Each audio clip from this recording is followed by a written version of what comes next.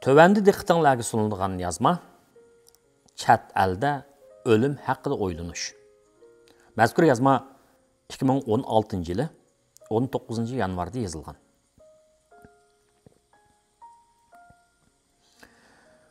Dünyadaki barlıq mutlaqlıqның içində ölümнің mutlaqlığıdak mutlaqlıq bolması керек. Yani insanның hamon bu dunyodan ketishi muqarrarlikdir. Bu deganlik har bir jonliq uchun o'lmaslikning ehtimolligi 0 deganlikdir. Shunday ekan, muqarrar yuz beradigan ishdan vayim ishning hojati yo'q. Ammo yaratuvchimiz har insonni to'g'ri balo qazodan saqlasin. Ölüm yaş, millat, irq va din ayırmaydı. Lekin onun türleri hem o'xshamagan sabablari bor. Bundaqcha aytganda, ölümning taqsimlanishi dunyoda taksh emas bo'lib, o'xshamagan ijtimoiy, iqtisodiy sharoitda jamiyatdagi o'lim yetimning nisbati o'xshamaydi. Masalan, iqtisodiy taraqqiy qilgan ellardagi qazo qilayotganlarning sonining ko'pini yaşanğan kişiler təşkil qılsa, iqtisadi namrat, cəmiyyət qalaq dövlətlerdeki qaza qılıbatqanlarının sanını kiçik balalar, yaşlar, ayallar və namratlar köprək egəlləydi. Meyli kişilər kesellik səbəbindən qaza qılsın və ya ki başqa səbəblər, məsələn, qatnaş hadisi, və ya ki xata joyda xata payti bo'lib qolganlik sababidan bo'lsin. İnsan qazo qilgandan keyin uning hayot qolganlarga ilib kelgan ta'siri har xil bo'ladi. Masalan, bir mehribon dadaning 30 yoshga barmayla narisida bolalarini yolg'iz qo'yib xizmat ustida qazo qilib ketishini. Bir yosh onaning tunji bolasining to'yini qilmay turib ko'krak raki bilan qazo qilib ketishini ko'z oldingizga keltirib beqing. Ya'ni, ashu narisida balalar va to'yi bo'lish oldida turgan yoshlarning o'rnida turib o'ylab beqing. Bu ular uchun, ya'ni hayot qolganlar uchun naqadar cho'ng yo'qtish. Lekin qazo qilgan odamning ketib qolganiga uning yaqinlari yani başqacha muomalada bo'lishi mumkin, yoki amalsizlik va yoki sabr bilan. Ölüm garchi har insonga o'xshash bo'lsa-mu, ammo o'limga nisbatan o'xshamagan madaniyatdagi har xil xalqlarning tutgan muomalasi-mu o'xshamaydi ekan. Kelgining bar dunyodan ketmiging bar deyilsa-mu, ammo qandoq ketishning yo'li bor albatta. Her bir insan bo'libmi, e'tiqodli bir insan her zaman ölümni yad etib turmaq lazımdır.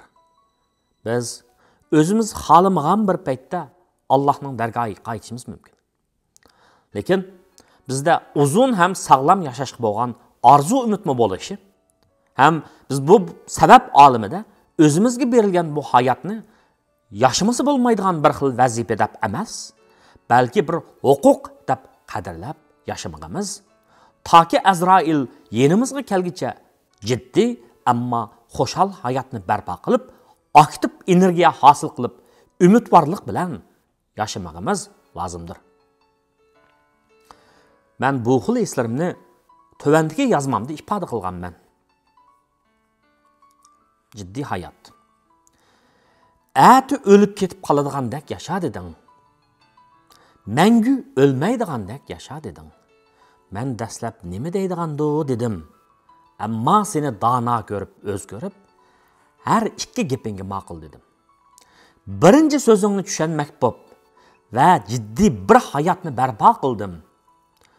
Hayatның bu toxtamsız eqini da, hattin ey, yıqıldım hem halsırıdım. Yıqılğan çağlarımda turğum geldi. Charchigan chaqlarimda aram alg'um. Men yetib qolmadim ham turdim yana. Nagidir g'oyib bo'ldi charchash qayg'um. Yiqilish oson ekan, turmoq bak tas. Tursanglar keladi ekan davan ashqong. ikkinchi so'zingni ham to'nib yetdim. Tepchaklab jiddiy hayot quchig'ida, jismingni hardursumu jiddiy hayot, ro'yinga qo'shidi ekan uchqur qanot. To'xtavliq surhayotning nishonidir. Uningda buruqtumdir inson qalbi. Zaiflik, lingtasmiliq bir qo'sh kezak. Uningda kam sunudi inson qadri. Söyman seni shundaq jiddiy hayot. Söygandak yoshlig'imda parizatni. Sen ma'no baxsh etib qalblarga. Kuchingda tavritisan mavjudatni. Chet elda yashash jarayonida men Amerikaliklarning o'limga tutgan muomalasiga diqqat qildim. Albatta, bizdagi madaniyat o'xshamaganlikdan ulardagi o'limga tutgan muomalami o'xshamaydi ekan. Biz Uyg'urlar o'limga alayda e'tibor bilan qaraydi ekanmiz. Bo'libmi biz o'limga nisbatan hissiy nuqtadan bak o'zimizni ifodalaydi ekanmiz. Aniqki, yaqin bir kishisidan ayrilsa, odamlarda qayg'urish, azoblanish va chekishlarning bo'lishi tabiiy. Men kichik chaqlarimda atishda tuqqanlarimizning o'limlariga borgan chaqdagi ko'rinishlar hozirmi esimda. Qazo qiluvchining urug' tuqqanlari, oq ro'mol artgan, yig'izari qilishayotgan ayollar, balvoq bog'lab turib yig'layotgan o'g'illar, qo'shaq ketib yig'layotgan hozchilar. Otdak chip chiqib ketib dadam, jinozada yetib kelgan dadam, tag'dak yo'lanchigim emasmining dadam, endi men qayda qilaman jinim dadam. Cho'churdek yetti balangni yetim qilib, tashlab ketding jinim anam. Tutgan öy makonlaring qoldi anam. Voy biz qayda qilamiz shafqatlik anam, xenim anam, jinim anam, tatlig'im anam, dunyorim anam. U ko'rinishlar, u mo'ngla har qanday bag'ri tash odamningmi ko'ziga yosh keltirib o'tadi. Shundan keyin meyitning namozini tushirib, hadigarlikka, ya'ni mazarlikqa opirib, meyitni duo tilovat bilan ko'mib qo'ygandan keyin tuqqanlar 40 kun hozir tutadi. Demak, u bizdagi bir xil qazo qiluvchilarga bo'lgan seg'inish va hurmat bo'lsa, buni Amerikaliklardagi o'lim yetimga nisbatan tutgan muomala meni hayron qoldirdi. Bular bizdagi urib ketmaydi ekan. Ular meyitni uzatganda qazo qiluvchini meyit uzatish uyiga qo'yilgan jinozaga chiroyliq yasab yotqizib qo'ydi ekan. Kishilar kelib uning duo o'qiydi ekan. U uyga bu kishi hayot vaqtidagi xotiralarini, yashab o'tgan musofirlikdagi asligidek narsalarni kishilarning ko'rish uchun ratlik tizib qo'ydi ekan. O'lguchining urug' tuqqanlari, ya'ni qazo qiluvchining urug' tuqqanlari xuddi to'yga kelgandek chiroyli yasinib, o'limga kelganlarga kulib turib, rahmat aytib turishib ketishdi ekan. Men bizning qo'shnimiz Donaldning ayoli Kilara xonim tugab ketganda o'limiga qatnashdim.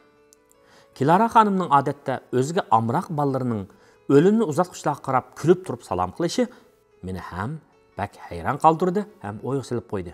Voy bu to'ydaklik ekan-ku bu. Nadi bu o'lim bo'lsin? Anang bo'lgandan keyin, sendan mangulik ayrilgandan keyin ichingdan bir yig'im kelmamdi-oy. Bizda odam o'lib ketgandan keyin u kishi jamiyatga to'p qo'shgan shaxs bo'lsa, umumiy xalq sifatida aslish deganmiz. Ammo o'z jondorchiligi bilan o'tgan kishi bo'lsa, xalq tugul o'z urug' tuqqanlardan ba'zilari hech ayam kunida ularning qabrisini yo'qlab qo'ygandan boshqa, ba'zilar ularni osonla unutib qoladi ekan. Shuninglarning zapmi-zap, o'lganga zap deyishimi sababsiz emas ekan. Ammo bu Amerikaliklar o'lguchi haqida gazetlarda go'zal so'zlar bilan oddiy tushuntirish bergandan boshqa, o'lguchining yili to'shqanda ba'zilari alayda seg'inishida she'r, qo'shiq yozib aslaydi ekan.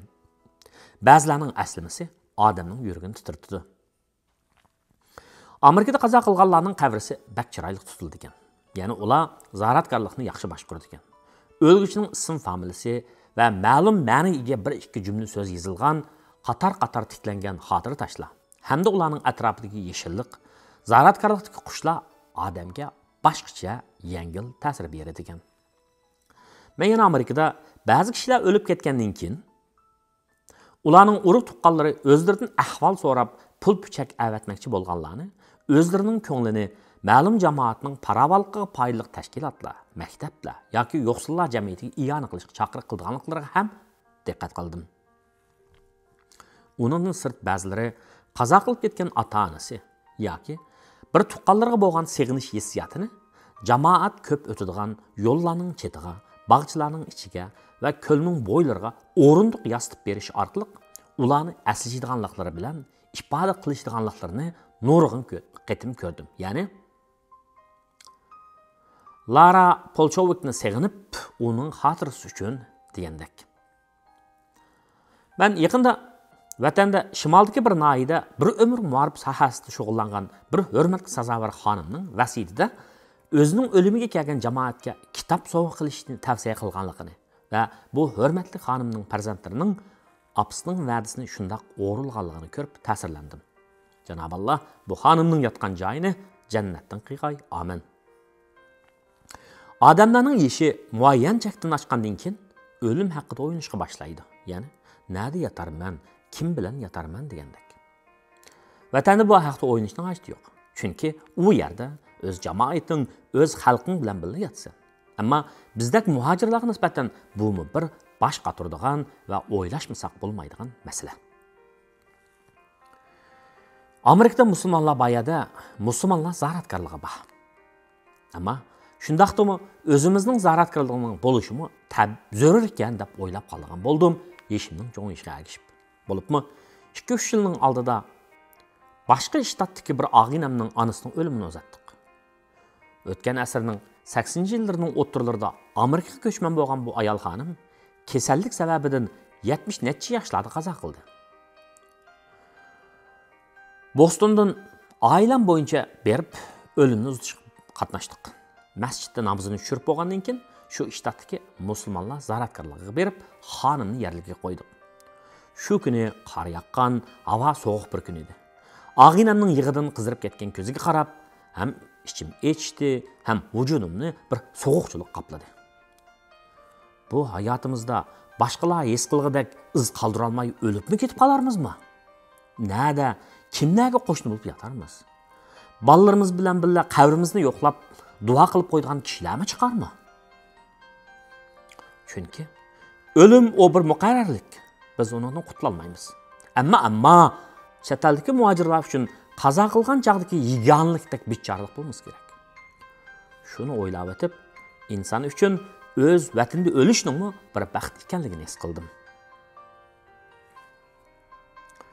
Mening ko'z oldimga men kichik chaqda ko'rgan ota-onasining va qarindoshlarining o'limi uchun un qo'yib qo'shaq etib yig'layotgan tuqqanlarimning ko'rinishi qayta zohir bo'ldi.